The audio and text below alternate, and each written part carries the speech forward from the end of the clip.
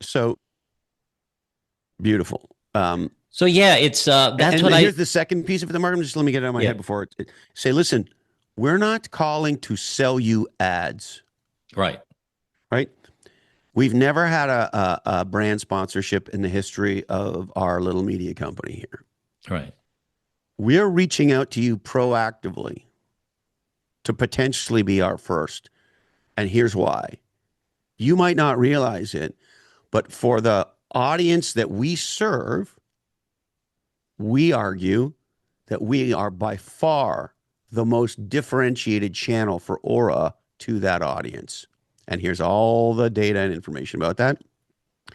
And we're looking for a strategic partnership. And we're willing to start in an experimental way. We think it's going to work and then potentially stair step up. But what we're looking for is a true brand partnership. We're not doing this with a lot of people. Tell them you're only going to do it with two or three or one or whatever you and your wife decide. Um, and get to the CMO and the CEO as quickly as possible. Um, Chances are they will view you as a sales call, and we could talk about how to approach them, either today or Right. at some other time. My point is, though, if you package the sponsorship inside your category design, that is to say, the problem that you solve and for whom Right. you solve it, in a way that lights them up and they realize, wait a minute, this is an opportunity to break and take new ground for Aura.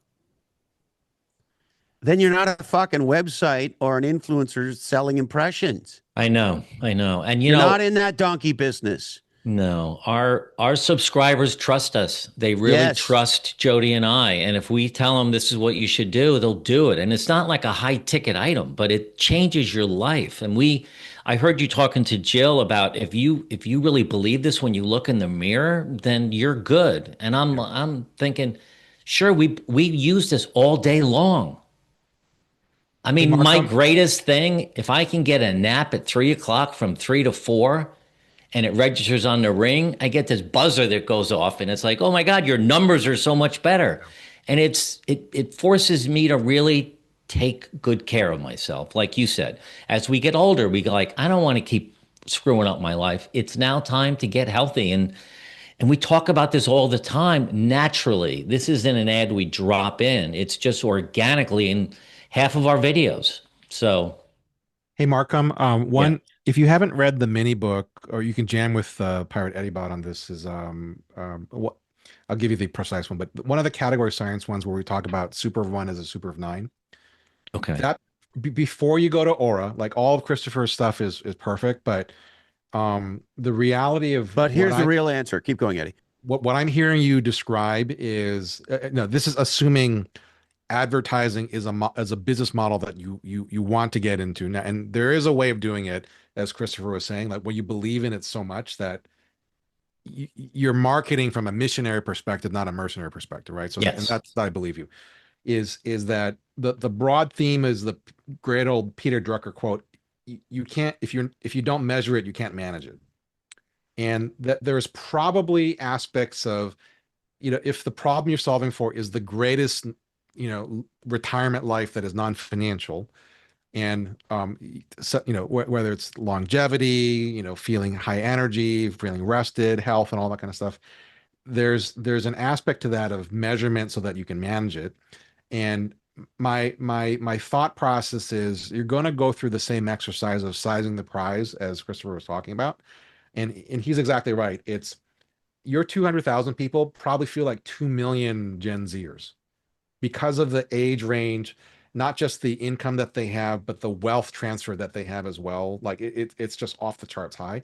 So I think just thinking about what are the other things that are the super of one is a super nine. If you're and basically it's you and your wife looking at like what else do we love and value as much as Aura that we spend money on?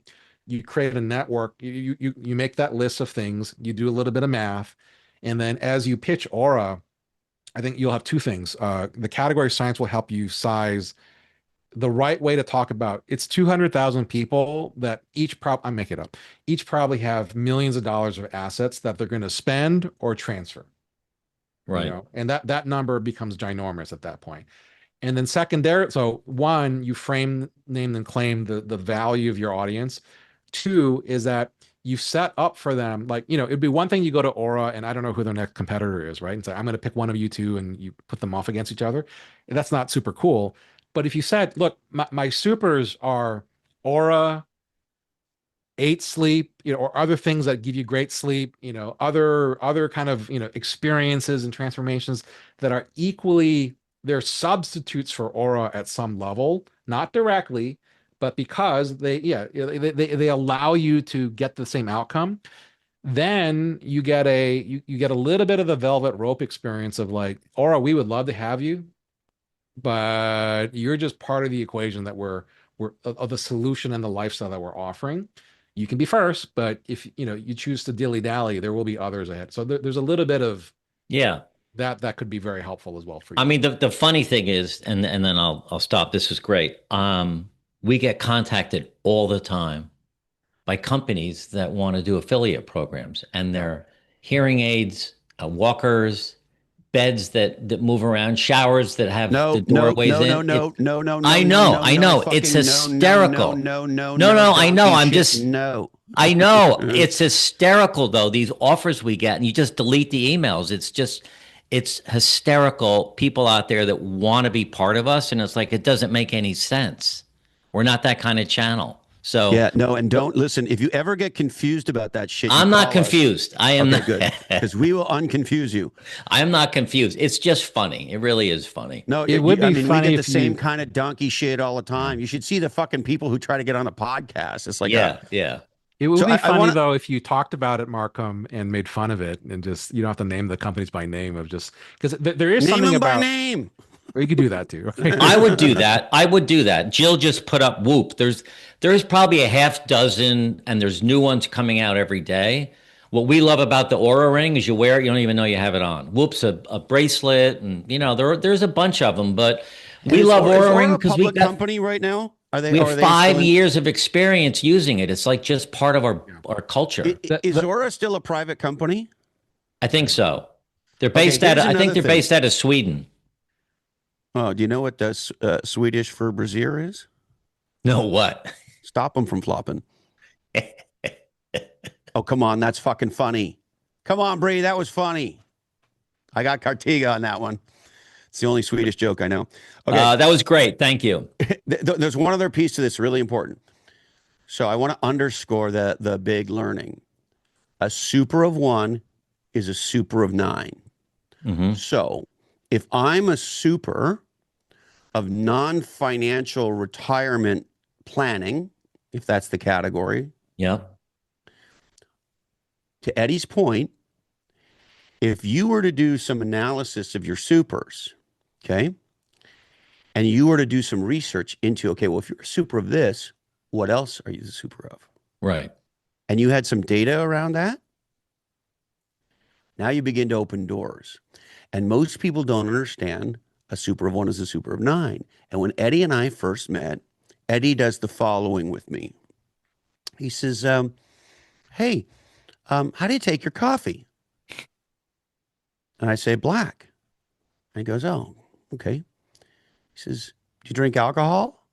I said, yeah, I've been training since I was 13. I'm fucking a black belt. I'm 14. Attaboy. And he says, do you like red wine? And I said, yeah, as a matter of fact, that's all I drank, pretty much, on the wine front. He goes, that's interesting. And he says, do you drink any spirits? And I said, yeah.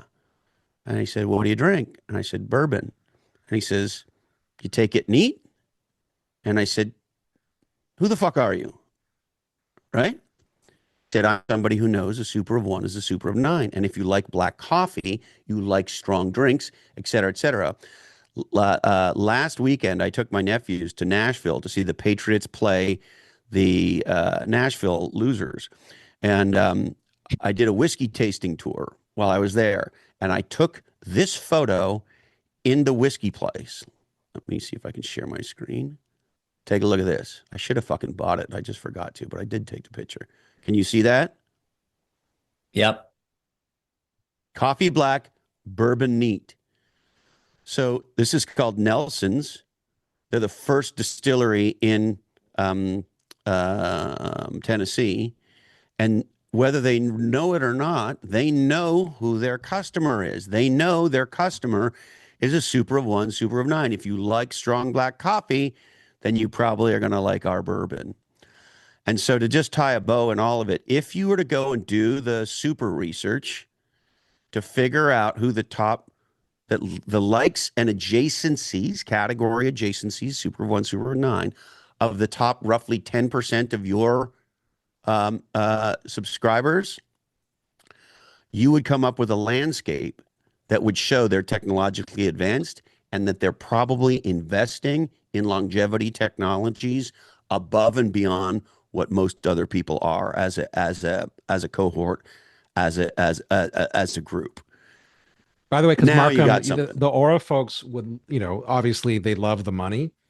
Uh, Bringing them an insight like this, I guarantee you, like maybe the Aura folks are enlightened with it, but most folks are so narrowed down their Yeah. category, they would be shocked on the coffee, black bourbon, neat insight. So Yeah. you bring them this, you will open up a different kind of conversation than just another, marketing outlet or whatever else Yeah. it is and stuff. Yeah. That was cool. This is great. Thank you. By the way, as we have these conversations today and going forward, remember there's always a minimum of two conversations going on. There's the specifics, in this case around Jill or Markham, which are very important. We all care about the specifics of our own unique situation. It's important that we all learn from each other's specifics. And the other ear you want to listen with is there's probably a framework here. There's probably every answer to every question that Eddie and I respond. Listen to the place that we are coming from with the answer. What's the lens we're using to evaluate, in this case, Markham's question, and then jam on the response? So really the gift of the academy is by the end, you go from wanting to own the category design lens, which is sort of where you are now, and playing with the lens and experimenting with the lens and executing with the lens and sharpening the lens and all the good shit, to this. By the end of the academy, you won't own the category design lens. It will own you. It will become the place that you come from, or at least one of the primary places that you come from. You will see categories everywhere, whether you like it or not. And then you'll have the disease that Eddie and I've had for our entire lives, which is what we're doing here, spreading disease. But I digress. And so as you're listening to all this jamming that we do today and beyond, be listening to the specifics, because they matter, specific, especially if they're your specifics, but also be listening to, where's Eddie coming from? What is he pulling from? What lens, what perspective, what POV is he using to think about the answer? Because you'll notice most of where we jam with you guys, that is to say, the answers that we start from to build into your answers, are not the places that other people start. Other people start in what we would argue is almost always 180 degrees the wrong place, because other people start with the lens that goes like this. Marketing equals, I'm going to launch a better product or service into an existing market, and I'm going to compete/fight for share based on proving to the world I'm better. When people say entrepreneurship, when they say marketing, when they say selling, that's what they hear. When they say competition, read any book on strategy, Michael Porter, Innovator's Dilemma, all of it. That's the premise. Well, A, it's factually incorrect. It doesn't work. And B, category designers start everything with rule number one, reject the premise. Because rejecting the premise is the only way we can free up our mind to think in unconventional ways.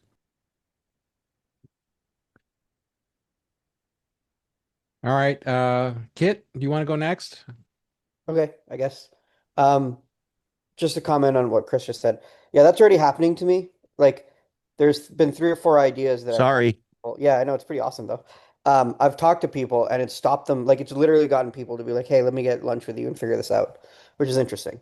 So I've been kind of, besides working on my own thing, I've been taking the EddieBot and rereading all the category design stuff and just being like, I learned this from Bree actually, giving myself the promotion that I think I deserve and going out and like talking to people about category design and things like that. I ran into an interesting one yesterday where a friend of mine who's leading a gaming company sort of, he doesn't really believe in studies, so to speak. So his main thing was like, yeah, I'd love to hire you, but how do I operationalize all of this? Like, how do I even find my super consumer when I'm creating a game and I don't even know? Like, I have five different options and things like that. And in the gaming industry specifically, finding your super consumer is such a problem. It's why most mobile games tank because they don't actually engage their super consumers. They do a bunch of research and studies, and then when trying to build games on that, those don't do really well. So I was curious about if you when you guys have done it, the folks who don't want the thinky work, who are like more like, hey, I need to make sure that this is operationalized for me to get ROI. How do you guys help them do that? Do you want me to go, Spec- Eddie? Or I mean, just to clarify, just specifically about finding your super consumer. Yeah, like if you've got a guy who's like, I've been in the gaming industry, fuck studies, like studies don't really help me. I have no idea how to like find my super consumer. And if you solve that for me, I'll pay you a premium. So my mind goes to how do I attract the super consumer, Yeah. right? Like that's immediately how do you create the bar garden to get the butterflies? I'll give a quick answer, and Christopher, you can fix it. Uh, f- First, so some people like data, so some people don't, right? And so, like, actually, and this goes back to the original conversation that I wish I had hit record for with Jill. People either believe and they want you to be able to do it for you, or they don't. Mm, People want data or they don't. So meet them where they're at. And yep. so I can't tell if this guy doesn't like data or not, but assuming he doesn't, find one. Mm, mhm, Find the super consumer. So we wrote, I read it recently, how to do a personal IPO. We talk about the three things you need: agency, Archimedes, and an auctioneer. mhm, You know, the Archimedes quote is, "Give me a lever large enough, and I'll move the world with it." Right?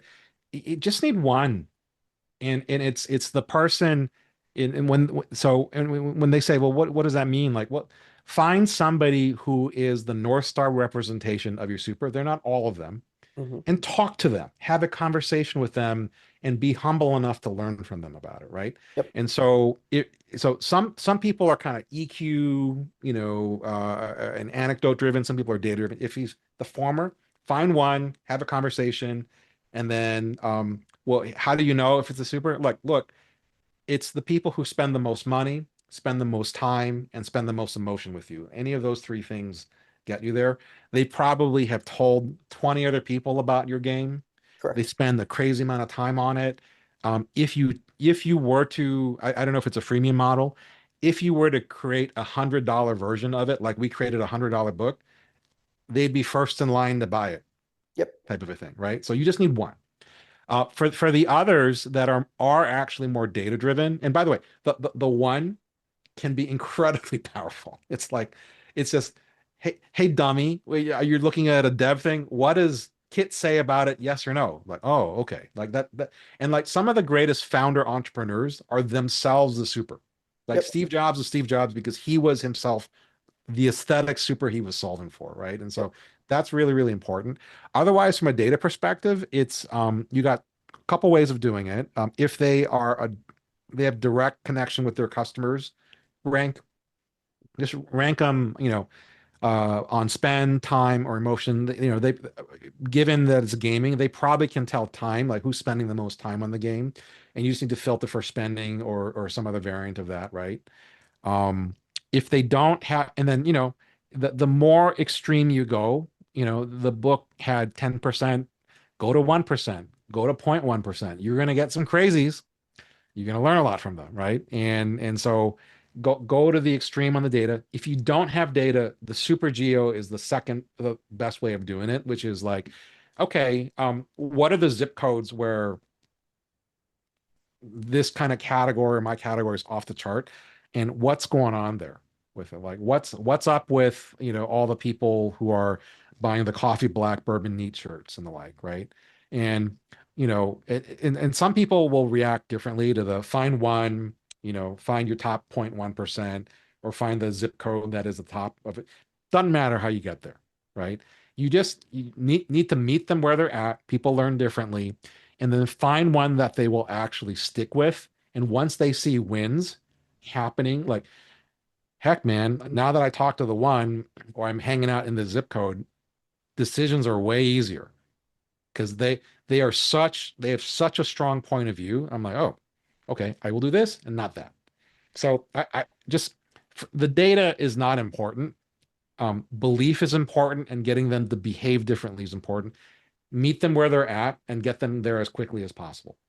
So I put in the chat for everybody 3 mini books to read that'll blow this wide open for you on super consumers, driving growth, super of one, super of nine, and how to replace the marketing funnel with the community to build WOM with supers. So all these things will help unlock this. But listen, let me explain to you, Kit, who just talked to you. Mhm. The man who just said what he said has written more on category for HBR than anyone else, and he's the guy the S&P 500, particularly on the consumer side, although broadly, go to when trying to understand their supers. And it's all about looking for the weird. In category design, we call it the weird data, right? Eddie, could you just share like a Reader's Digest version of the Ballpark Frank story? Because I just fucking love this one. It's so powerful. They think they're in the hot dog wiener business. They're not. the protein. Kit, do you know this story? I don't want to Yeah, repeat it. is this the one where they're in the protein snack business and not the hot dog business? Yeah, No. it's the teen boys. The teen Teen They're boys. in the Boys. shove food and teen boys fast business. Yeah. So that's the other way of doing it is Christopher's point about the weird data. Like, hey, we've all been trained to look at the average and to throw out the outliers. Wrong way of doing it. Weird is a wormhole to the future. And so the ballpark story is like, everyone focused on summer because that's when, volumetrically the most hot dogs are consumed. We wanted to find the super consumer, like who is buying the most, and it turned out to be households with teen boys. And it was one of these phenomenons where like mom was like, I buy like 2 packs of hot dogs a week and they disappear in 4 days. And I don't know how, and no one I Really? talked to is eating them. And Yeah. we started calling it off balance sheet eating. Like, no, it wasn't at a meal Yeah. and no one could figure out what. And then it took some, ethnographies and cameras to figure out it's the after school snack. And so the weird was households with teen boys. The weird time was it was like at 2:45 when the kid came home from school because he had eaten lunch at 10:30 because the school's overcrowded and he was starving, had to go to practice by 3:15. And you're eating the hot dogs, not raw because they're cooked, but straight out of the fridge, or you heat them in the microwave for 30 seconds. And nobody believed this was actually happening. They're like, well, what about the buns? Like there's no buns going on. It's just 30 seconds to heat, 30 seconds to eat, and they're out the door. Yep. Right. And so it was that led to a whole strategy of, well, how do we make it's kind of gross behavior. I don't know if anybody has teenagers here or teen boys. Like they're an interesting phenomenon, right? You don't It's want the to think same way they drink alcohol, by the way. I'll let you handle that weird data with it. But like we need to make mom feel good about this aberrant behavior. So we put it, 100% Angus beef hot dogs. We charged a $1 premium for a nickel upgrade in COGS. Because they were comparable to kosher hot dogs in taste without the kosher plant, fixed costs, all that kind of jazz. 9 months out of the year, off season, flat budgets, revenue doubled, gross margin went up, operating margin went up. It's the hit of the whole thing. So just tell your dude a couple stories like that of like, look, man, weird is the future. If you want to ignore it, up to you. But what if we told you you could double your business by finding some weird data? Like the super consumer thing is an age-old idea. Just find the way to talk about it in a way that they can receive it and get them to see something magical that they can try out. And I think you'd be surprised at how quickly they move on it. And, And to give you guys a jump start on some of this, one of the things that we're going to focus on in this academy that we never have done before, because we just learned it, right? We built our own Lucy. Well, guess what we do with Lucy? Not only do so Lucy is a custom chat GPT. It's the $200 a month version. We hired a couple of geniuses named Jack and Keegan They set it up for us. They puked all of our shit into it, and they helped us train the thing so that it knows more about category design than either Eddie or I. Okay. Now, we primarily use it to create all our shit, courses and content and all that stuff. And we what's called vibe creating, if you read that stuff instead of vibe coding, that's how we now create content and courses and the like. Well, here's the other thing we do. When we're doing category design work, I'll tell you what I do now. I sit in the jam session with the client, with Lucy up and running. I open a new folder. I tell Lucy, we're working on a new project with the Cartiga Corporation. And here's what they do. And here's what we're thinking. And I just want you to sit there and chew your nuts. And I'm going to just pound a whole bunch of notes into you. And when I'm done, let's start talking about what to do with all these notes. And I sit there in the meeting, and that's what I do.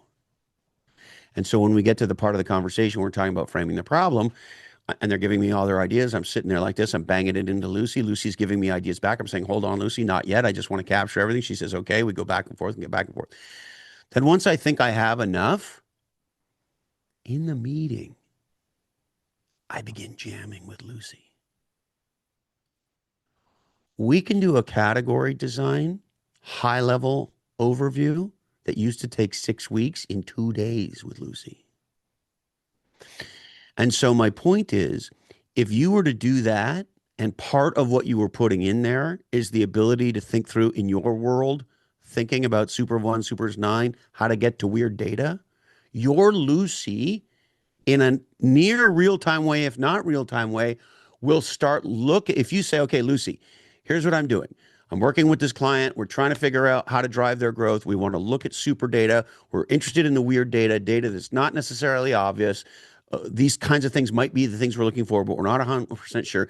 And I'm just going to start puking information into you about everything we know about our supers. And then I want to jam with you on Super 1, Supers 9, weird data, what could potentially be missing, connect unusual dots. Then take all the data and put it in there and see what happens in real time. And here's what happens. In the meeting, the client says, can I get access to Lucy? Which is why we built Libby. But anyways, I digress. You get my point. You could start now on your own custom, and whether it's ChatGPT or one of the others, whichever one you like, it doesn't matter. But building your own Lucy to do this work in a rapid time frame in a way that was never possible before. That's awesome. I want to just say one thing real quick. This is super helpful. I think his point was like, how do I actually find the super consumer? How do I go and talk to them? Like, I think he got the point of it. So like, that's just something I'm thinking about, because if I can provide that service where you go and find your super consumer for like gaming from that perspective, that alone could be a revenue stream that I can just eat out on forever, because it's an industry-wide problem. You could create an Eddie bot that helps them with that. Yeah, that's what I'm thinking about, based on what you just said, which is pretty awesome. Appreciate it. We'll get more into it. Yeah. All right. I think Karthik, you said you had a comment from Markham, but he's on. No, I know he's not here, but I think this is something we talked around it, but I don't know whether we exactly spoke to it. And it's something that I've been thinking about for a while. And it goes back to some of the early points that Christopher has made, obviously on his LinkedIn and stuff like that, where he talks about marketing and sales at scale. But people don't really understand what that truly means when you like say that. Like, I feel like founders don't really understand, and you would inadvertently get into this brand versus demand trap, which is not really where you want to be, and you definitely don't want to be.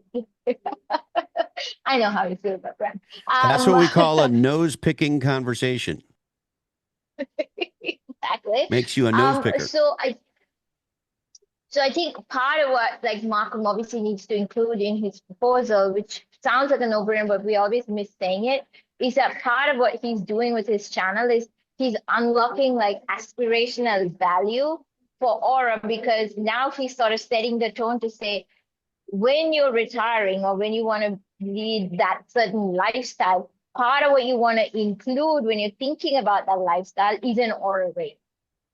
Right? So you're sort of so that's why it's sales at scale, because you're already embedding it into their mind that when you're looking at changing your lifestyle to be X, part of what you want to be thinking about buying is an order.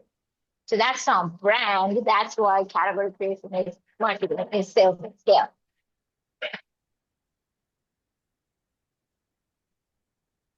Amen. Yes. Amen. And I had one more question, which is to Christopher, which is, why did you say it's 1/3 and not all of it? Because I would imagine if you do category creation and then you're doing product design and you're doing company design, that's your whole company. That's your whole valuation. Yeah, it is, because category design is a single point of failure. No market, no company, right? So it stands alone. If we say that up front, most people can't hear it, right? We live in a world that believes the following: the best product wins.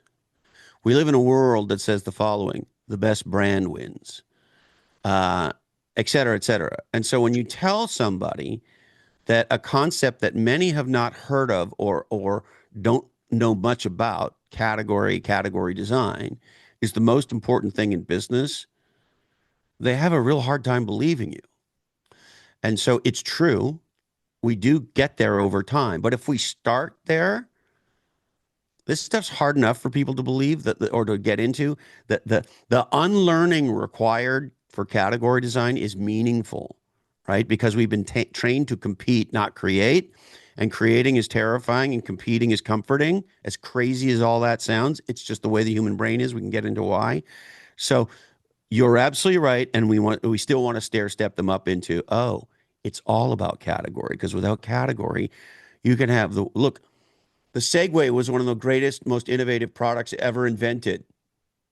The CEO, it went nowhere, right? It went nowhere. So Microsoft spent over $1 billion on Microsoft stores. Didn't go anywhere. $1 billion lost on Google Plus. Went nowhere, right? It happens all day, every day. And so we're so trained on better product, better brand. When somebody says it ain't actually about any of that stuff, it's all about the category. And that's actually almost very little about the product.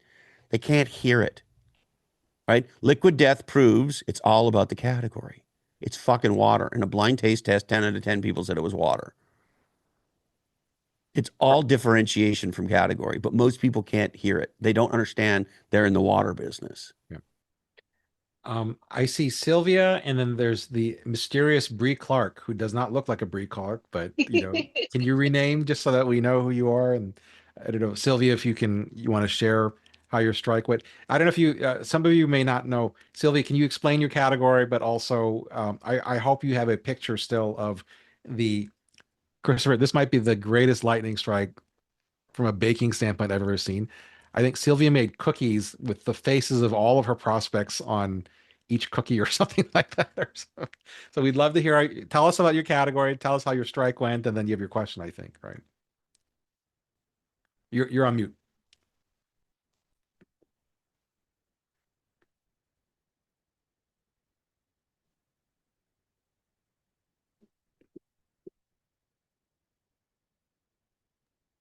Got it. Okay.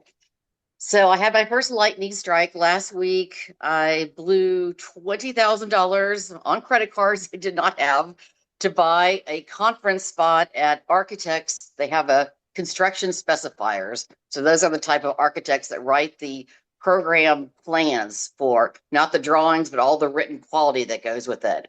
And my category is flooring commissioning. So kind of like flooring quality assurance, purely for commercial, purely for resilient flooring, because there's been a $3 billion a year problem with getting the commercial flooring to stick and having to fix it. So to get people to talk to me, I got the list in advance of all 378 people that attended, clipped their pictures off LinkedIn, erased their background, and then printed it on edible paper. And they cut them out with my kids and my husband, my free labor helping me, and stuck them to cookies, put them in bags. We drove them, and it was great. I had bought 16 spots with architects where they could register that they want to hear a detailed pitch from you. So I gave them all their advanced cookies and these little gingerbread house things I made. And they went out and showed them to everyone else. And then people came up to me at dinner and like, oh my gosh, this is amazing. Where can I get these? I'm like, well, actually, I have more for everyone tomorrow.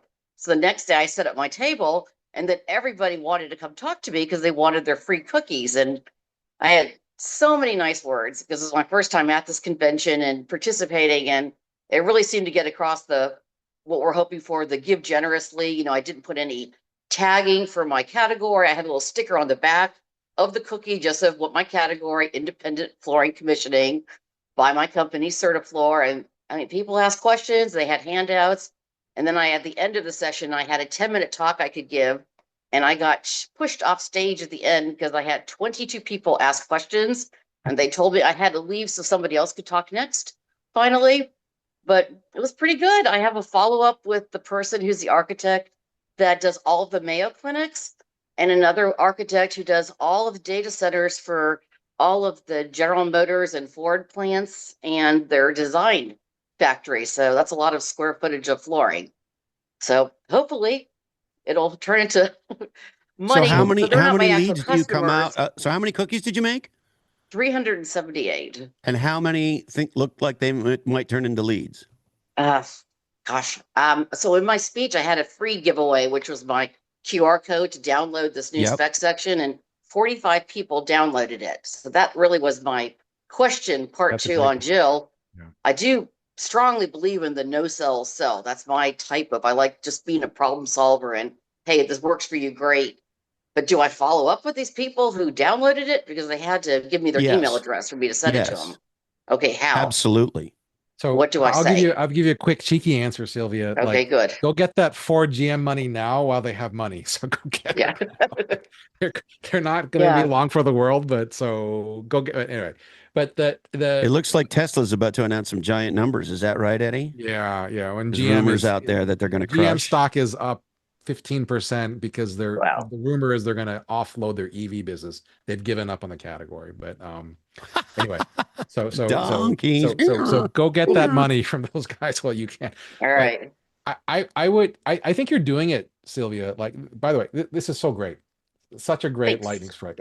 Like, you know, the 20 grand, like I would be focused as the how do you get your money back as quickly as possible, and you're doing the right things. You've already, it sounds like, mentally sizing the prize of the leads. Mayo Clinic, Mhm. amazing, right? And Right. so like I just like what Kit was saying, like I would look for the super that by the way, for the whole academy crew, I love Sylvia's category. She was a strategy therapy person. Like there's no her give to get is amazing because they've already spent the money. So she's not asking for extra money. She's just asking them to swap out a budgeted amount for her thing, which is, 100 times better. So it's actually a very, very simple give to get.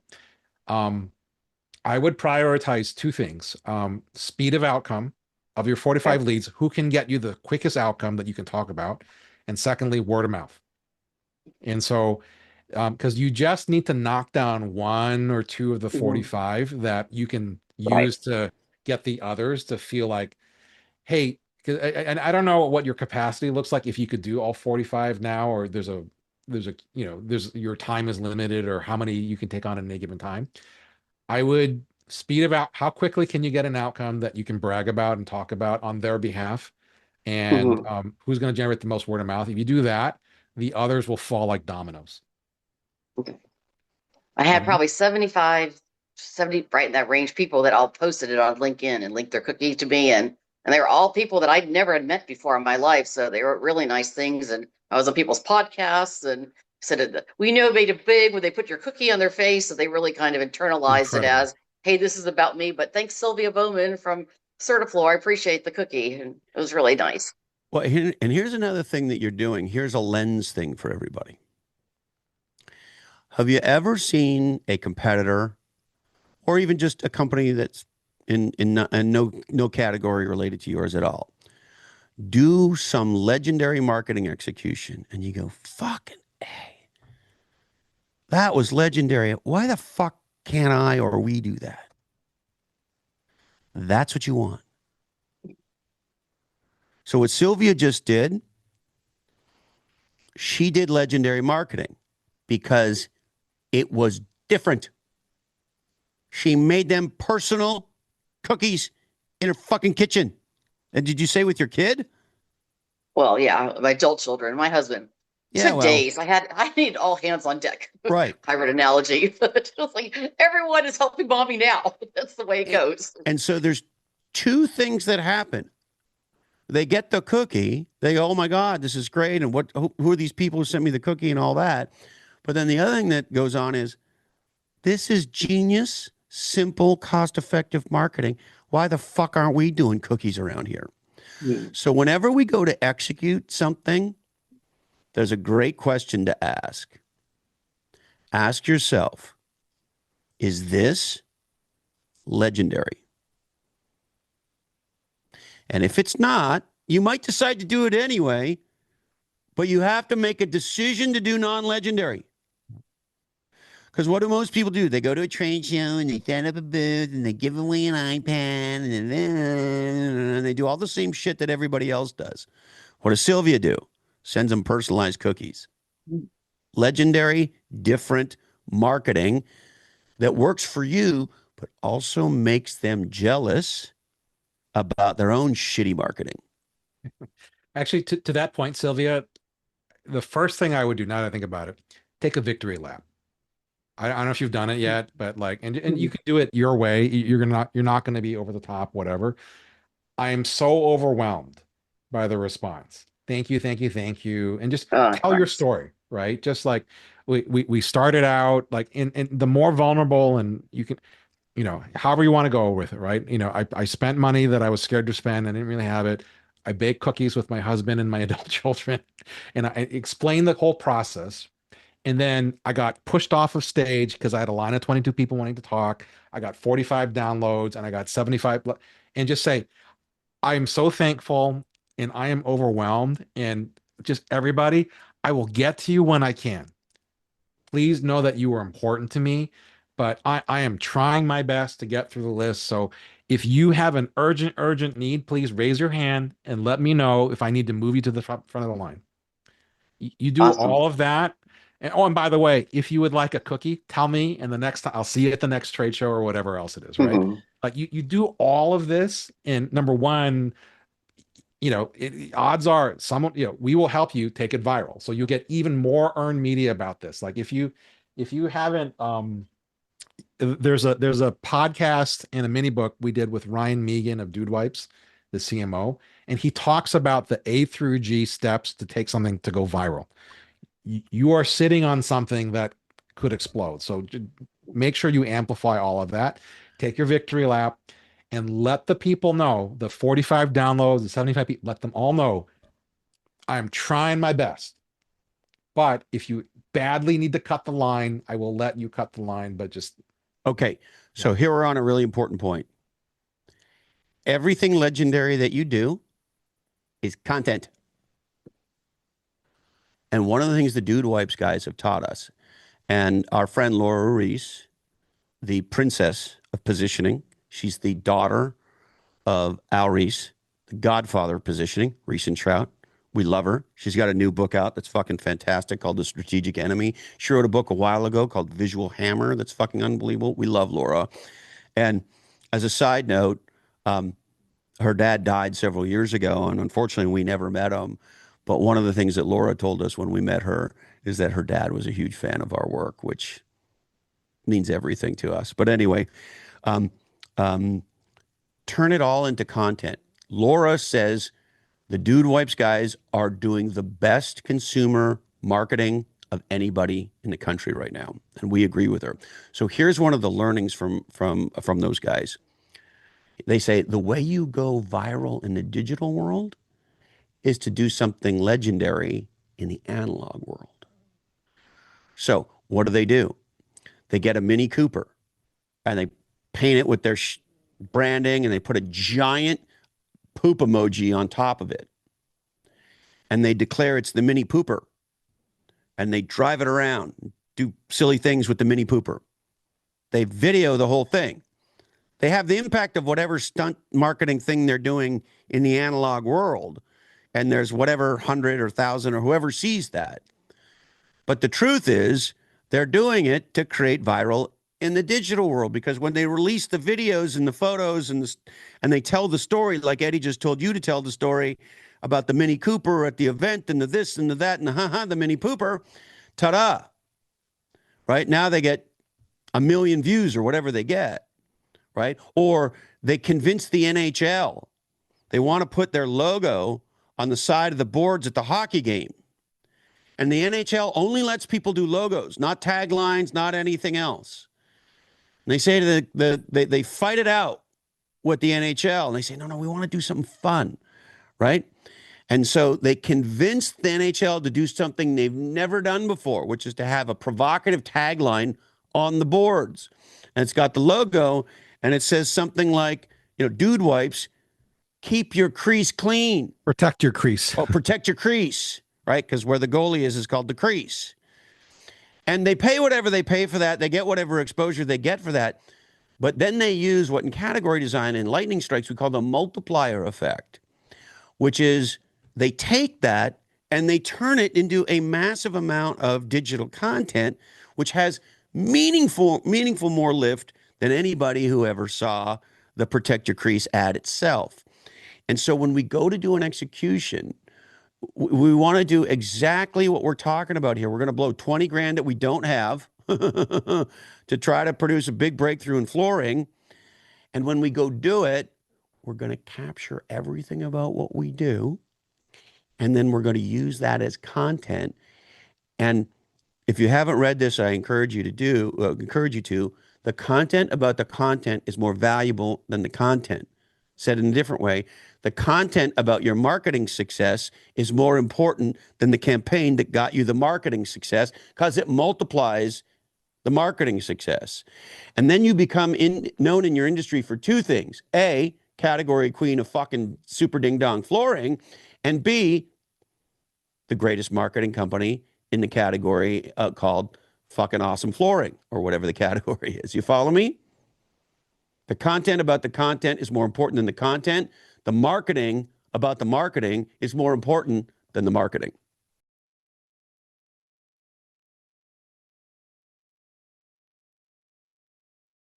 Good. Can't wait. Keep us posted, Sylvia. Hey ho, All right. let's go, Sylvia. Get them. We have We not expect Bree that Clark. 20 grand to turn into 10 million. ROI, baby. ROI. Aye, aye, aye, aye. All right. The second Bree Clark, will you stand up and ask your question? Yeah, first of all, thank you very much for this program. I'm very excited to be here. My name is Mario. I'm from Germany, and I'm the founder of a software called Clicktip, which is an email marketing and marketing automation software. And Where in Germany are you?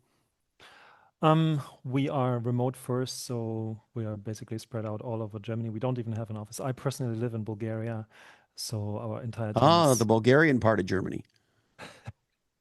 yeah, Yes. Right. Where in Bulgaria? in Sofia. Nice. Well, Right. we love your country, and some of us have had many a debaucherous evening in your country. Okay. So, yeah, I'm very excited to be part of this group, and I'm looking forward to the coaching. Also, I appreciate that you moved this meeting a little bit earlier, because here's already 7:30 in the evening, and I have 4 children. So if it's later, my wife will be a little bit mad at me. So appreciate that. Now, one of the questions that came into my mind when you spoke about being the Gucci and not the Walmart, I feel that this part is particularly difficult in the software business, because you have direct competitors, and I fell into this trap to trying to be the better email marketing tool by telling our clients, okay, we have better email deliverability, we have better email editor, we have a better this and a better that. And then a very good friend of mine who is a fan of yours, he recommended me to read the category design, and then it basically just took 2 newsletters until I signed up for this program, because I think it really can make a big difference. Yeah, having said that, I also worked with the AI bot. I'm already in the middle of writing out the first deliverables, so looking forward to discuss those. Now, the question for today is, how is it possible to become the Gucci and not the Walmart in in such a highly competitive field like an email marketing service? To give you perspective, our main competitors in the German space would be ActiveCampaign, GetResponse, and some other tools like that. Maybe you've heard about that, right? So can I tell you a story? I'd love to hear a story. So I can't remember how many years ago now. It was probably 6-ish. The founders of a company called Qualtrics reached out to us. And they were the highest end technology. They believed the most advanced technology in a category called surveys, customer surveys. And the leader of that category was a company called SurveyMonkey. And the number 2 in that category was called Medallia. And they were the number 3. And they had the highest end product, what they thought was the more technologically advanced product, but they were trying to beat these guys out for every deal, right? And sort of the SurveyMonkey was kind of the low cost leader, had a lot of momentum, Medallia being a little bit more enterprise, and then Qualtrics on top of that. And they were also getting ready to go public. And they realized that if we go public as an email marketing company, the market cap we're going to get is nothing like what we believe we're worth. And if we continue to tell the world we're we're a survey company, a digital survey company, we're never going to be able to break out. So they went through category design.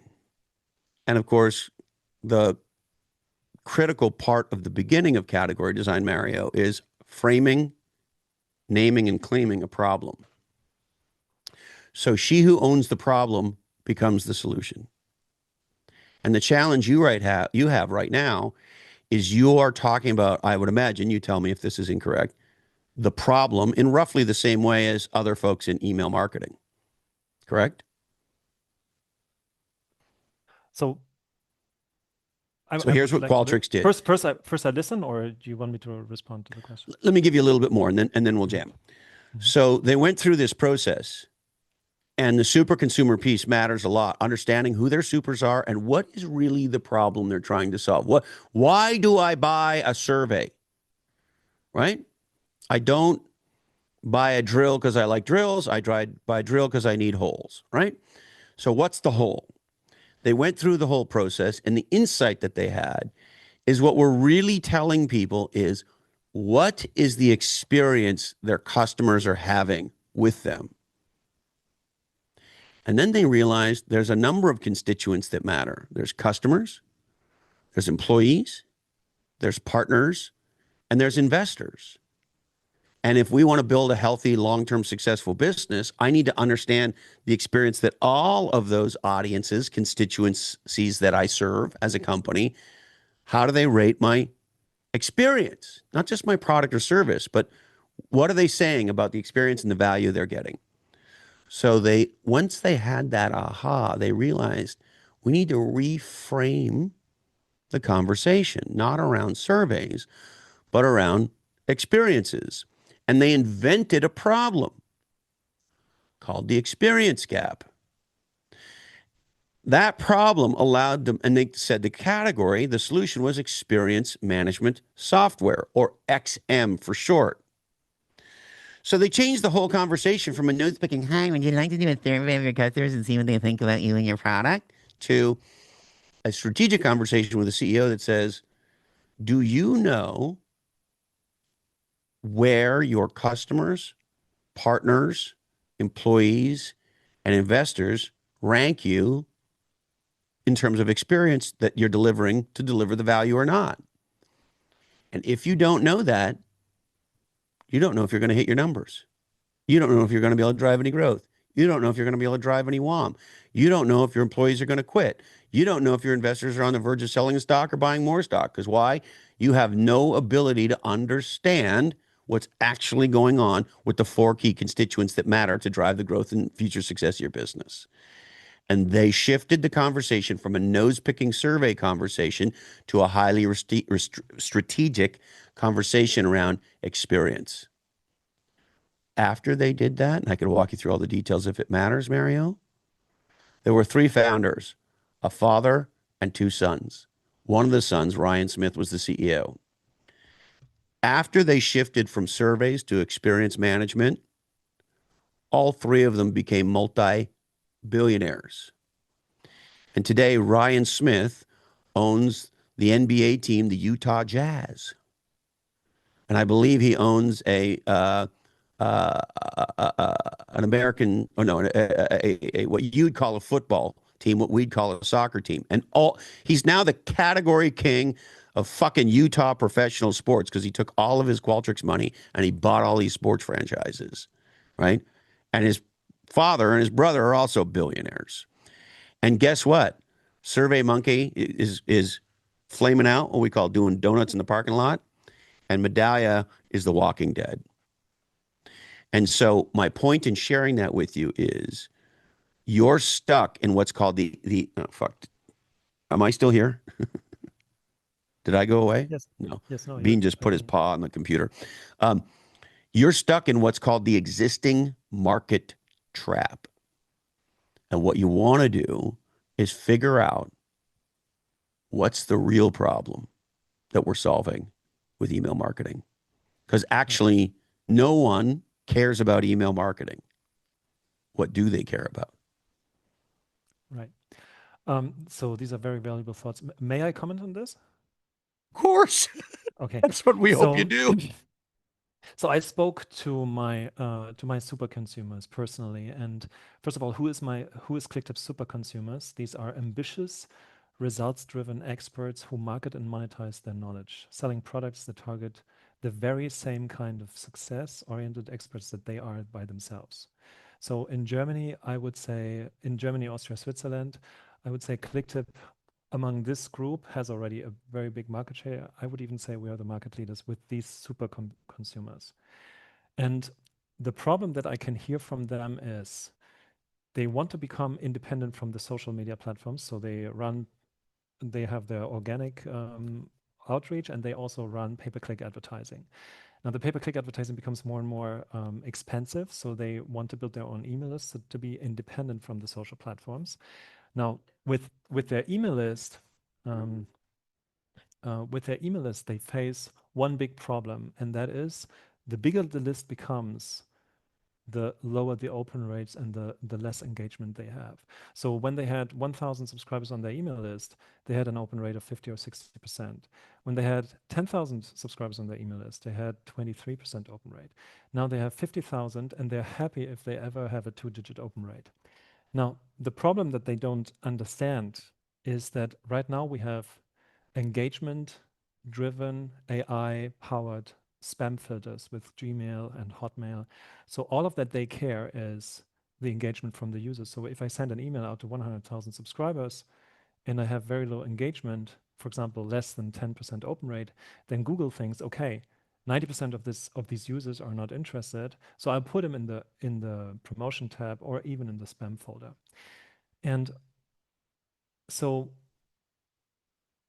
the solution that we have is what we call, first of all, smart enrichment. So we built a bot that extracts the domain from the email address, then visits the website of this person and extracts who's this website targeting, what's the industry they're in, who is the customer of this person. And also in Germany, according to the German law, there is every website has to have an imprint, so where the business information is, like the physical address and their phone number and all of that. So all of that we also pull, and we also pull the social media URLs that are linked on this website. And we also visit the YouTube channel. We also visit the LinkedIn channel. And then we basically use AI to create a psychographic profile of this person. And then we basically say, okay, here's an email and here is a person. AI, please rewrite this email for this one person. And that's how we can deliver hyper relevance with significantly higher open and click-through rates, because every person has a subject line and an email that's tailored to their business and to what they need. That's super cool. Yeah. So email marketing used to be the golden goose of expert business, but in recent years, it became more and more problematic because the results basically have fallen off the cliff. And that's something that's really pressing in the German market. I don't know how it is in the US, but generally email deliverability is an issue, and results of email marketing going worse and worse. And that's basically very problematic for these people because email marketing is where the revenue comes from. Yeah. Right? So is your question around how to, so you have, it sounds like you have a point of view. Is your question about how to get that to your customers to understand it, or? I mean, maybe it's even too early to ask any questions now, but Yeah. I was just inspired by this thought about Walmart Yeah. versus Gucci. So how Yes. Oh, okay. Got it. in this world of commoditized software, how can I become the Gucci in the market? That was my question. We do this all day, every day. I mean, it's category design. It's changing the conversation. It's everything we talk about. You're stuck in the existing market trap. And the first thing we'd encourage, rule number one in the 22 laws of category design is reject the premise, right? The rule is thinking about thinking is the most important kind of thinking. And the way that you can actually think is to reject the premise. That is to say, if you think about the way the category that you're in today is framed, we reject all of it and we think from a fresh perspective. Now, we may end up accepting some or all of the premise after we go through the exercise of category design. It's not to say the entire premise is bullshit. It might be, it might not be. But here's the aha. Everybody in business is fighting a battle over the past. An existing market, by definition, got created in the past. Our competition's the status quo. And the toughest challenge we have is we know too much about the status quo. We're entrapped by it. In our first book, Play Bigger, we talked about this as gravity. The way it is just pulls us back. And John Mayer has this great song called Gravity. And he says, gravity is working against me, right? And gravity just wants to bring me down, right?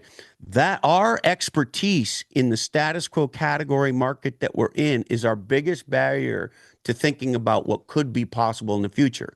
And what a category designer is a visitor from the future telling people living in the present how it's going to be. Just to build on that real quick, the visitor from the future, Mario, is I think what you just said is bespoke emails, right? At some, I'm not a Gucci, but like all these things, they're handmade at some level, right? Versus mass manufactured. You've got the point of view right there, right? Is that this idea, and actually, and you know, Europe is great at this, right? The whole handmade craftsmanship, artisan. You know, imagine a world where you had Christopher write an email response for you to your best super consumers and the like. And I think the idea that you're describing, you have all, I mean, I hope jamming with the Eddie bot's helpful because you have all the components of it of like, you know, you know, your super, number one, good job.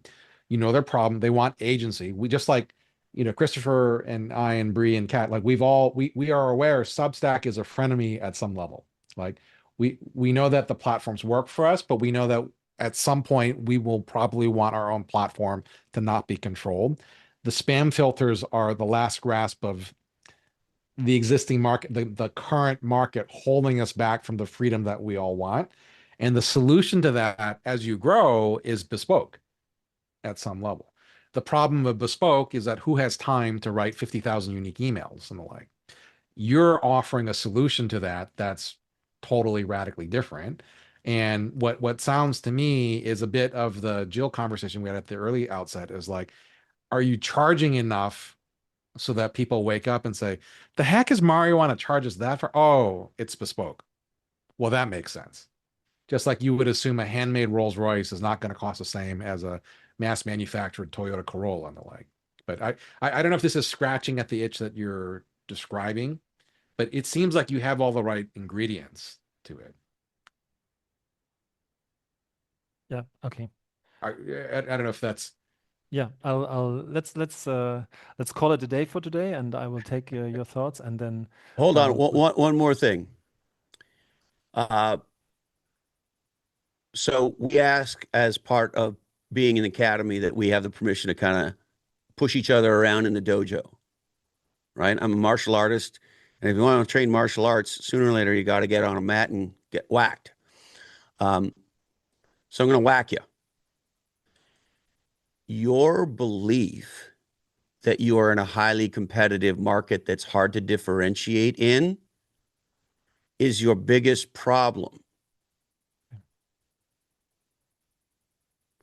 See, because somebody could say to us, oh, well, you guys are strategy consultants. Or, oh, you guys are marketing consultants. Or, oh, you guys are content. Oh, or my favorite, you guys are influencers. Every once in a while, it happens, I don't know, every once in a while, I'll get an email that sort of goes like this. I got one several years ago from a very well-known publication that you would all know. And their editor of, I don't know what, Ding Dongery reached out and said, hey, Christopher, we love you, la, la, la, la, la. We're doing a big story on the top, I don't know, marketing influencers, some kind of, they use the word influencers. And we want to profile you, and we're only featuring 10 people or 20, whatever the fuck it was, right? And I said to him, hey, thank you so much for reaching out. Please don't put me on that list. I said, what do you mean? I mean, this wasn't one of those pay-to-pay things. It was a real thing. I said, no, you can't put me on that list. I'm not an influencer. So I'm not on the list. So they didn't put me on the list. Why? Because we're not fucking influencers. Influencers are donkeys, right? Now, did we miss out on some PR? Yes. Do we care? No. Because we don't want to be mispositioned, miscategorized, right? So, or people will invite me to go speak at a conference, and I'll say, well, who else is speaking? And I'll see, oh, well, you know, Jensen Huang, the founder and CEO of NVIDIA, is speaking, and the CTO of this company and the CEO, you know, what? And I go, okay, great. I'll go speak at that conference. I'm speaking at a conference this week called the Enterprise Connect Conference up in Half Moon Bay, done by my buddy Ray Wong and his company Constellation Research. It's all ding dongs. If I see a list of marketing donkeys or influencers or any other kind of donkey, I'm not going, because I don't want my name on the list with the donkeys. And so my point is, your belief that you're in a highly competitive space that's hard to differentiate in is the first thing you want to explode. So what would be the healthy belief that I should replace this one that you just The mentioned? healthy belief is we are radically different in a way that makes a massive material economic difference to the people we serve. And in that different, that makes a massive difference, we stand alone. Thank you. There is no alternative. When we ask people the following question, if category pirates did not exist, what would you replace it with? The answer we most often get is nothing. That's what we like. What are you going to do? Replace us with Harvard Business Review? Really? No. Right? What are you going to do? Replace us with some fucking digital donkey influencer? No. And even with great strategy and marketing thinkers, you know, take Seth Godin as an example. He's been on our podcast. We're fans. He says he's fans of our work. We encourage people to go. If you like Seth Godin, we like Seth Godin. Go. He's made a massive contribution. We're not in competition with Seth Godin. And you can't tell me that I am. And as proof, when Seth's new book is coming out, he wants to come on our podcast. Because why? We welcome anybody in the broad, make a difference for entrepreneurs and marketer space to make a difference. We make a difference in this area called category design and some other adjacencies. And Seth makes a difference the way he makes a difference. We're not competing with Seth Godin. That would be insane. You follow me? So you make a giant difference in a way that's radically different and radically unique, such that it produces a massive, incalculable economic result, outcome for the people that you serve. And you do it in a way that no one else can. That's the lens. Very cool. Thank you. Oh, you're gonna have tax problems, Mario. No, that's why I'm in Bulgaria.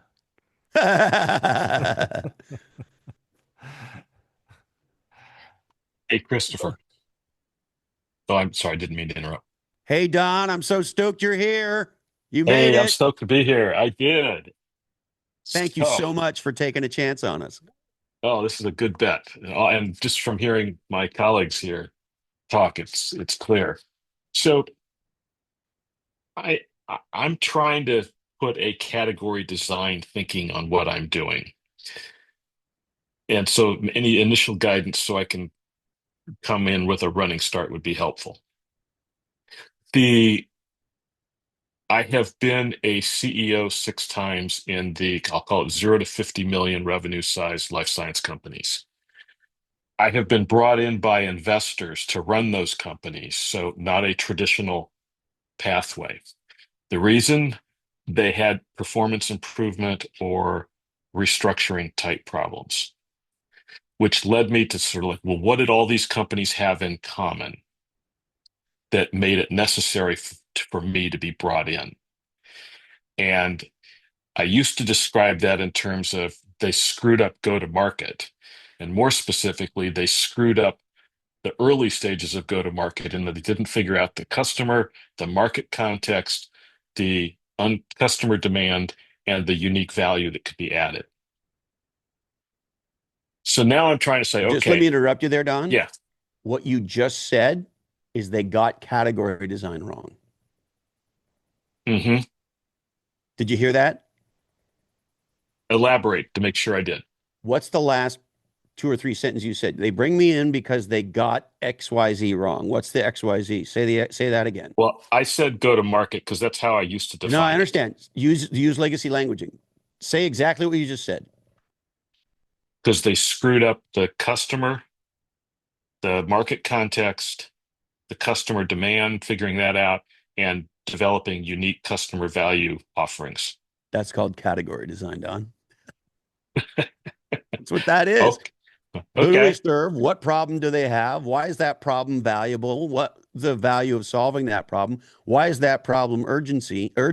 And what makes us uniquely capable to solve that problem in the most powerful way, in a way that nobody else can? That's called category design. So now I know why I'm here. That's why you're here. I don't know whether Yeah. you're a religious person, but the Lord has brought you to the church of category design for a reason. I'm a believer.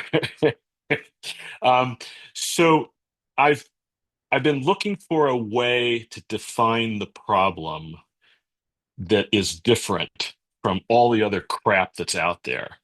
And I've come up with this phrase that companies live in company solution space, not customer problem space. And it's why they do all of the, we're going to just develop stuff and we don't really talk to customers all that much. And when we do, we ask them stupid questions, so we don't really learn anything.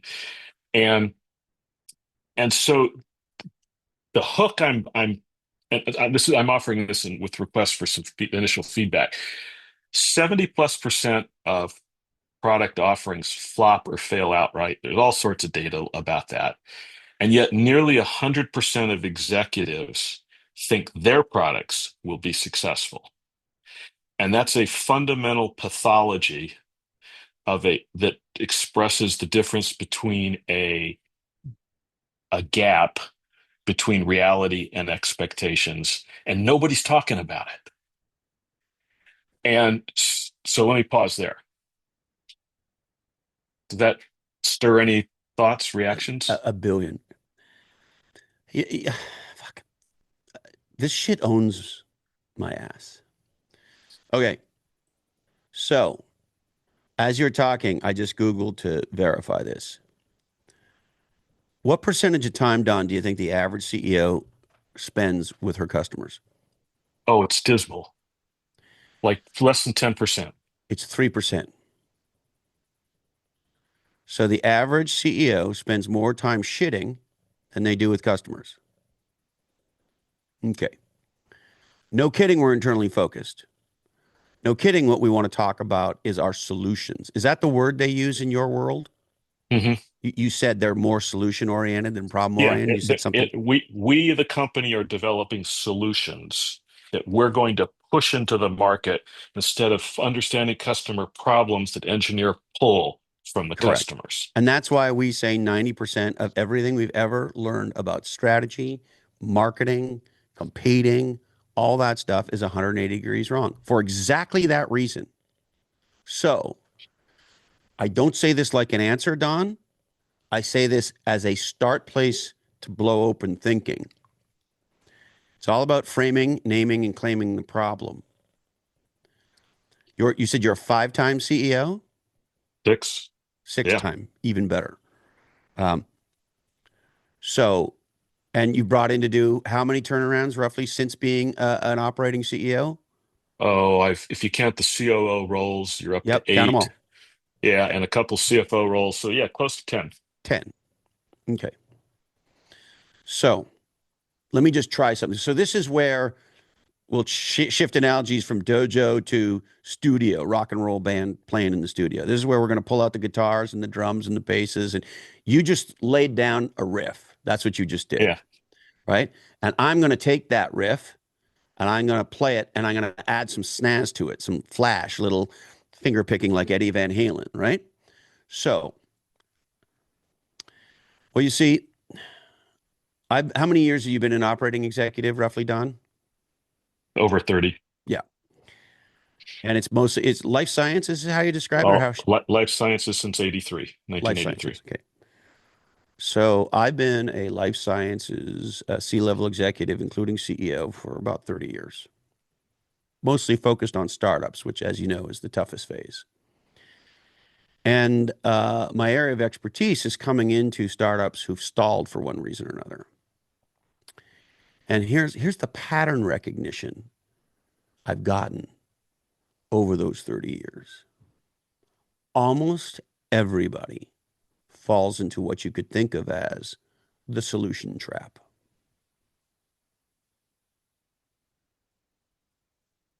You could even stop right there. Most people are going to say, what? If I said that to one of your prospects, Don, if I just said that as you, what might the prospect say?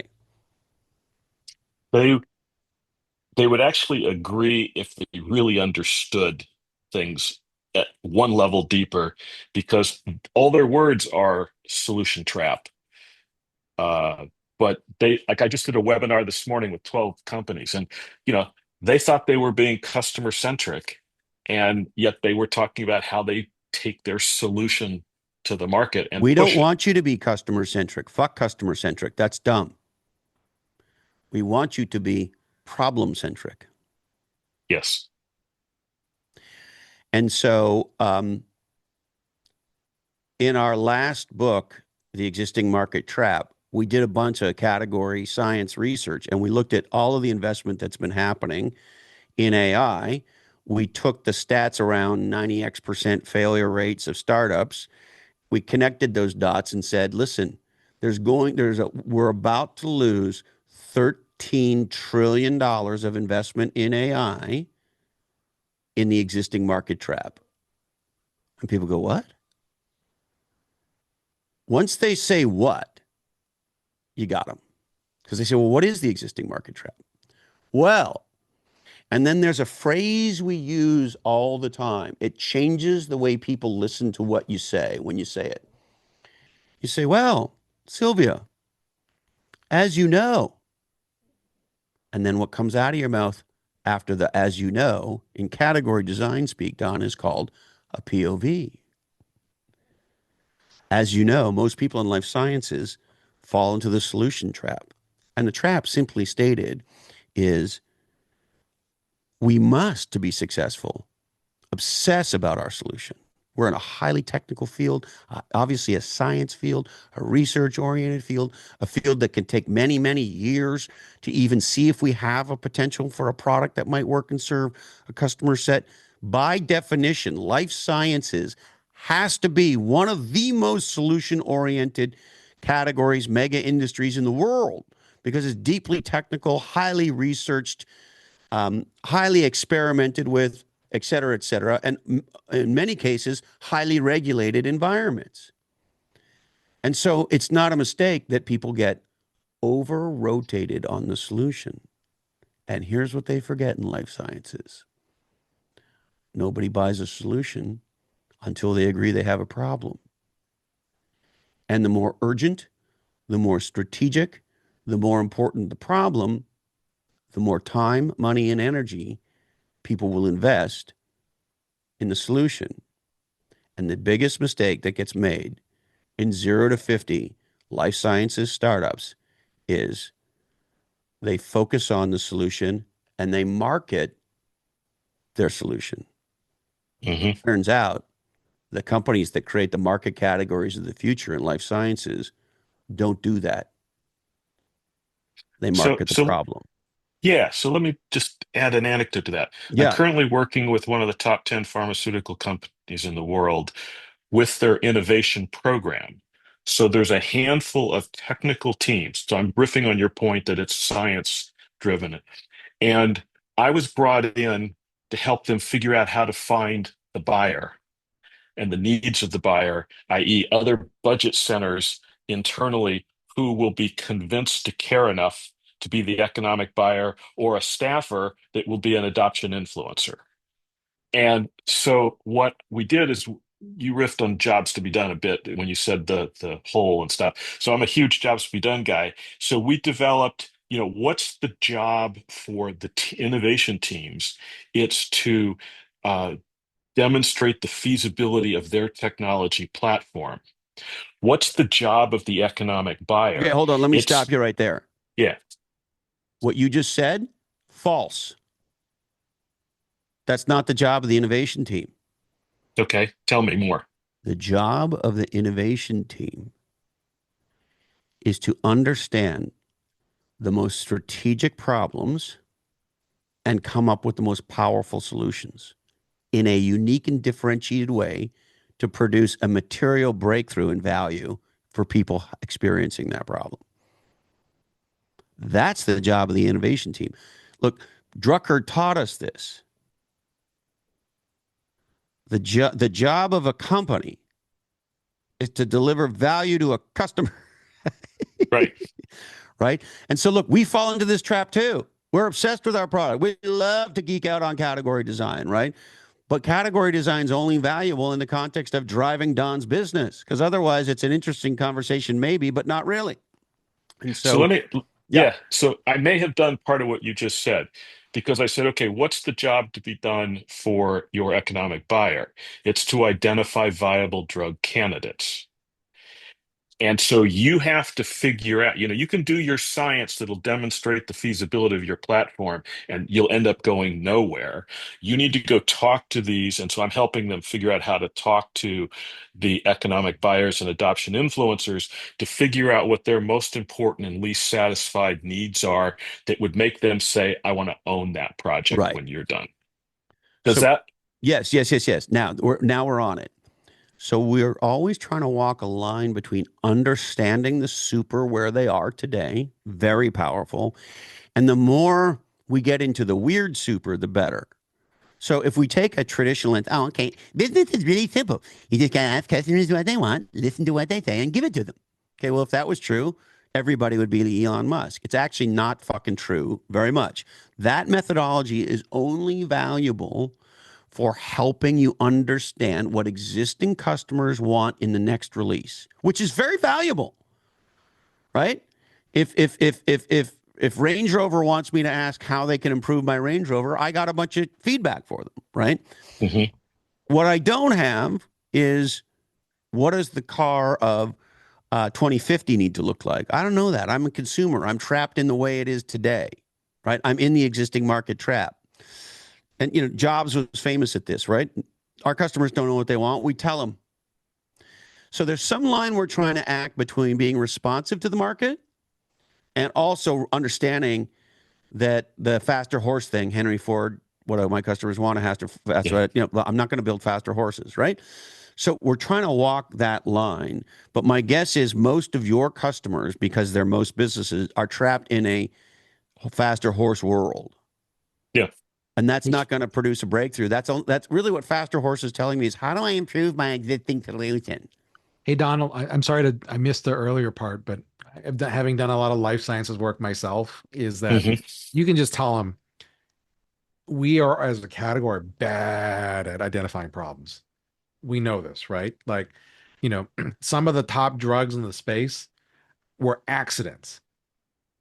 All the Viagra stuff was not intended. It was a blood pressure med. Oops, there's a different use case for it. And we write about, had the Upjohn and Pharmacia launched Rogaine not as a male balding solution, but as a women's hair thinning prevention, it would have been 10, 15 times bigger, right?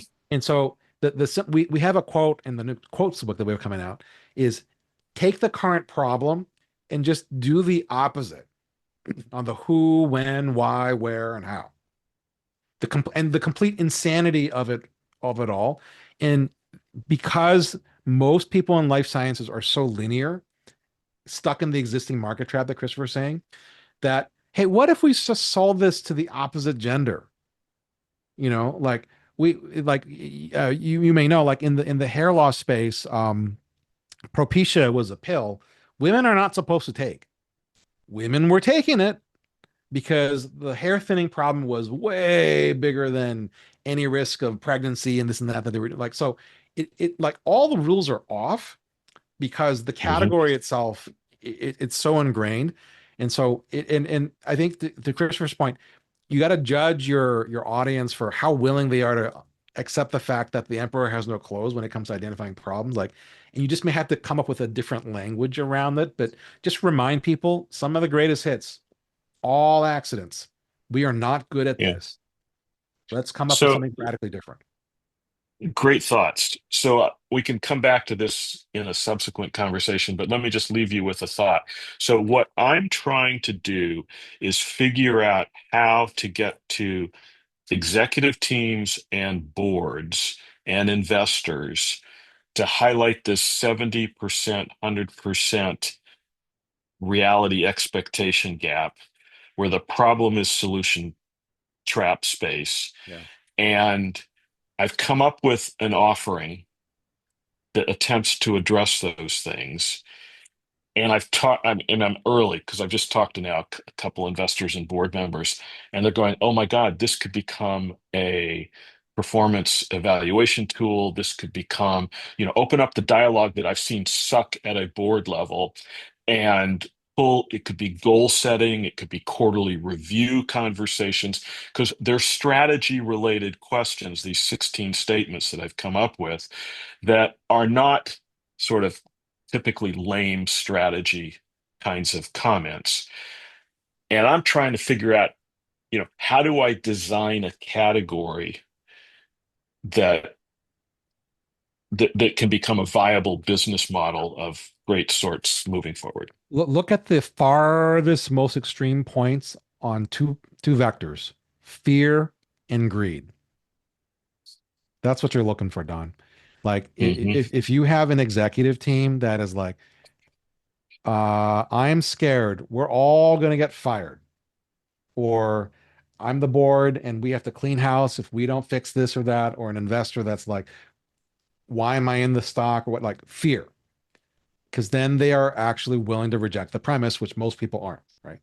Or greed, playing with house money. I'm going to go for the Hall of Fame. We're going to go public. We're going to buy this other thing. We're going to do whatever. Like the problem with life sciences is that they're so smart, they're stupid. They all think rational. You got to think emotional. Your stuff is awesome. Look for the greatest pain points or opportunities on the emotional spectrum of fear and greed, and you're going to find your super there. Okay. Well, this should be a fun dialogue we have. The other thing I put in the chat, Don, I don't know if you've had a chance to read the piece we wrote not too long ago on Manifesto. Okay. So So one of the ways in which high-end advisors, consultants, agencies, et cetera, differentiate, one of the principal ways is through intellectual capital. And intellectual capital and category design gets converted into a point of view that frames a problem and then positions a new solution and shows you how to bridge the gap between the two. And one of the interesting things that happened for us when our first kind of couple books came out was it changed the way we talk to prospective clients. Because essentially, when I get introduced to, and I don't do very much work anymore in this regard. I have a handful of companies I serve, but I'm not out there pounding the table looking for new work. But when somebody new does come in, first of all, I don't respond. I got a lead 2 days ago. Wonderful introduction. CRO that I know very well introduces me to a buddy of his, la la la. I do what I always do, just fucking nothing. I wait for the buddy. And if the buddy doesn't respond, then I don't give a fuck. When the buddy responds early in the conversation, it might even be over email, might even be before we talk, I'll ask the question, how familiar are you with category design? Have you read any of our work? And if they don't read Category Pirates and or have read Play Bigger or one of our other books, then I say, okay, great. I send them some stuff to read. We have a introduction to category design on Category Pirates. It's a free read. And I'll say, hey, take a read of this stuff. And if after reading it, you find it interesting and you think a conversation would be of value, I'm happy to do that. Two things happen next. A, they read it and get it. And fucking A, they now have physical pain in their body regarding their desire to have a conversation. Or B, they read it and don't get it. Or C, they don't fucking read it, which is what most of them do. Great. Go fuck yourself. What I'm using the intellectual capital that's based on the POV, which is based on the category design for, in this case, content, is I want to see, are we on the same page? I also want to see, do you have the category design lens or are interested in acquiring it? Because if you're not, we got nothing to talk about. If you do, you're going to read our shit, you're going to get it, and you're going to have physical pain in your body regarding your need to do it. That's who I want to do business with. Okay. And I'll give you this framework to think about. There's only 3 ways that consulting or services companies of any kind make money. They solve a skill gap, a scale gap, or a resource gap. So McKinsey, skill gap. You know things I don't know. I want to pay for those things. Scale gap. You do it at such a scale that I can't replicate your cost structure. So I'm not shipping my own package to New York. I'm hiring FedEx or UPS to do it for me because they do it at such a scale. I can pay them $20 to do it as opposed to flying across the country myself. And the third is I might have the skill, I might have the scale, but I don't have the resources because they're all deployed on other things. And so I need to go out. Everybody in the academy ultimately is a skill gap play. So if you accept that lens just for a sec, then here's how it works. The wider the skill gap and the more urgent the solving that gap, the more money and time people will spend with somebody who can meet that skill gap. And so what you're doing with your intellectual capital that's based on your point of view, that's based on your category design, is you're educating them about a different way of thinking about producing results in their business. And you're doing it in a way that demonstrates that the skills they have and the skills you have, there's a massive gap between them.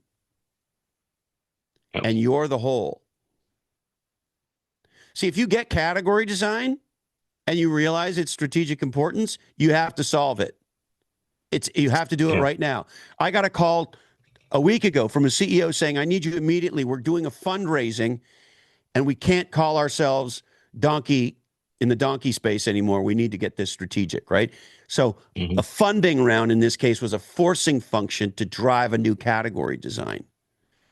And the CEO understood because he consumed enough of our stuff that if he got category design right, the economics of his fundraise were going to be materially improved. He understood that already because we framed it as such with all of our Yeah. work. You follow me?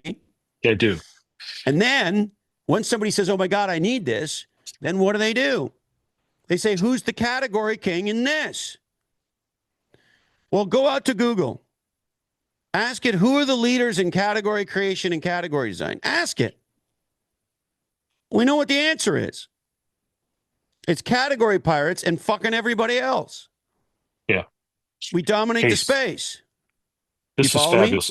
I do, and I've scribbled a whole bunch of notes. I pushed my 1 o'clock call off to 1:15, so I need to not piss off a client. So I look forward to this big time, and Don, thank you appreciate all the so much Thank for you for jumping in. joining. For those of you who don't know, Don jumped Yeah. in yesterday. Yeah. So looking forward to Don't it. piss off your client. Go forward, my friend. Okay. Goodbye. See Thanks, ya. brother. Anybody else have anything before we wrap up for today? I mean, I got a million questions. Are you sure you want to ask that, Eddie? We technically have another jam now, but if you have one that you want to ask, then Just go a quick for one. it. I messaged you, Chris, about this, and I want to get Eddie's feedback on it, right? So, following up, since categories are created from companies and companies have culture, that means categories themselves have culture. My thesis is if you can tap into the culture and create a cultural moment within the culture of the category that you're designing, you should be able to teach people how to interact with you, right? The entire ecosystem. And so I'm curious about how you create a culture of your category as it scales.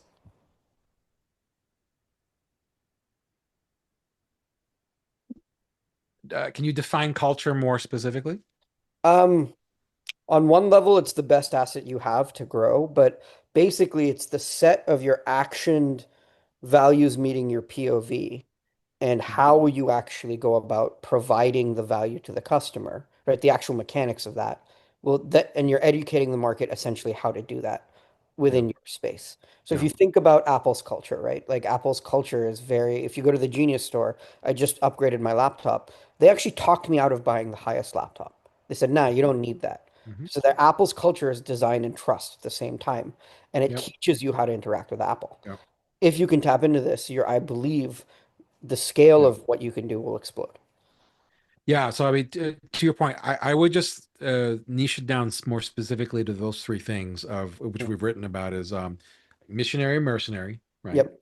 That's kind of one, which the POV is the other one, Yep. and then I don't know if you've read this one, founder problem fit. No, that one's new to me. I'll have to That check. one you should check out, and that one is basically, are you drinking your own whiskey, eating your own dog food, and that and that the way in which you bring a new category to life is certainly the missionary problem solving for the POV that you have that's different, and both of those are going to be countercultural in the sense that you're rejecting the premise, so Yep. that'll work. But the founder problem fit is our variant of product market fit, and it's the whole thing of like you got to live your category and live your problem. So I would say Sylvia did one of the best jobs of demonstrating culture. I don't know Sylvia very well. All I know is she cares deeply about flooring. She's made a legendary way of doing it, and must be a great baker. And I want Yeah. one of those cookies and stuff, right? And that is culture building at some level, right? Yep. Category pirates is the culture of category pirates is that if Christopher and I were in high school, we'd probably not be friends. We'd probably be very different. And the whole frickin' frack of us, both of it, like, go figure. But if category design is big enough for the both of us at two very different people and we can be friends and brothers and love each other a lot, then maybe it's more universal than we think, right? And so, like, I worry less about the overt act of building culture versus those three things, like be a missionary, solve a problem, what's your distinct point of view, and live it out as a founder. Yep. Problem That's fit. that's super helpful because for my thing, I am my own super consumer, and like my customers are super consumers, I've realized. And so they picked reality surfing for the category name of what we're doing, FYI, Brie. And so like it's really cool to actually be thinking about the category founder fit, right? Like, because you want to be your own super consumer, because then Amen. you deeply understand the shape and the surface area of the problem. Cool. That's a great one. I can't wait to hear what you think about it. So, Thank you. all right, we will close this down. Super fun. Kartika, do you have anything?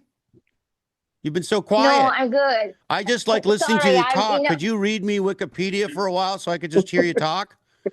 You can start at the A's.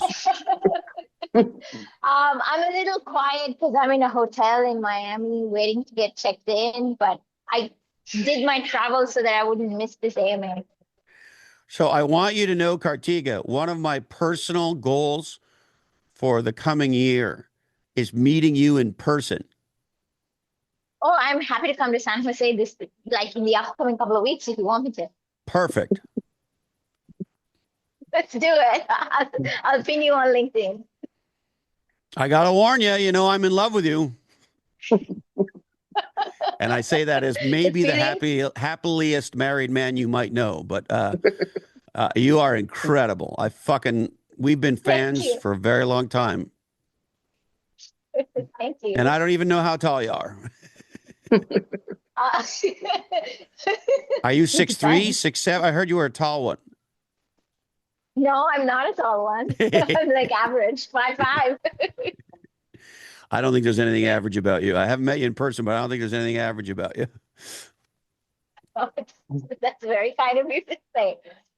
So yeah, I'm so looking forward to this. I mean, obviously I signed up for the Lightning Strike crew, and yesterday, as soon as it came through, I think I was one of the first people to sign up. Thank So I you. was super happy, and yeah, of course. So yeah, I was super excited to dive in.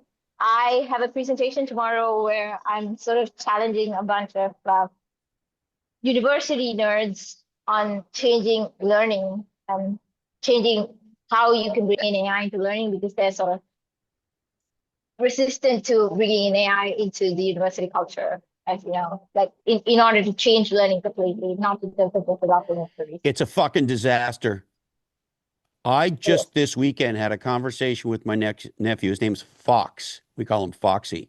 He's also a very good looking 20-year-old kid. Anyway, he's in his second year of college and he's studying business management, and he's got a Python course as part of the AI training.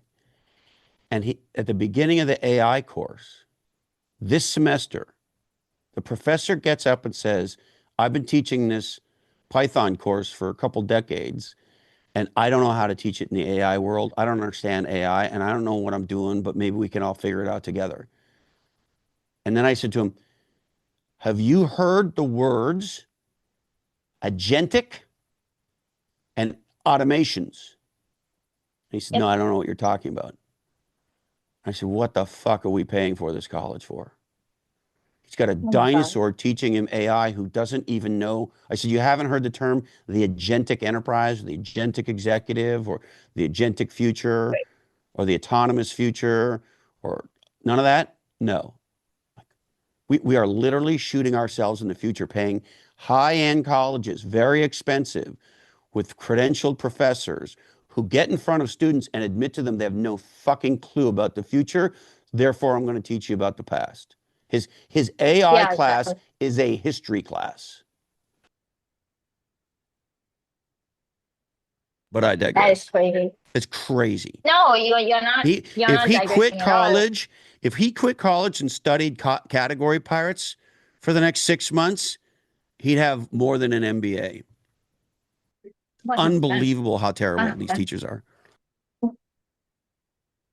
Sylvia is like, oh my God, are we gonna college? I honestly think college is useless nowadays. I think it was always useless. We'll send out the link to the recording so that you all have it as well too. So once we have it all squared away, and then awesome. All right. Thank you so much. Thank you. Thanks for everyone's time. Goodbye. Thanks, Bree. Christopher, Bye. can you stay on the link? Thanks, everyone. Why don't you just call me back, Eddie? You can just stay on this link if you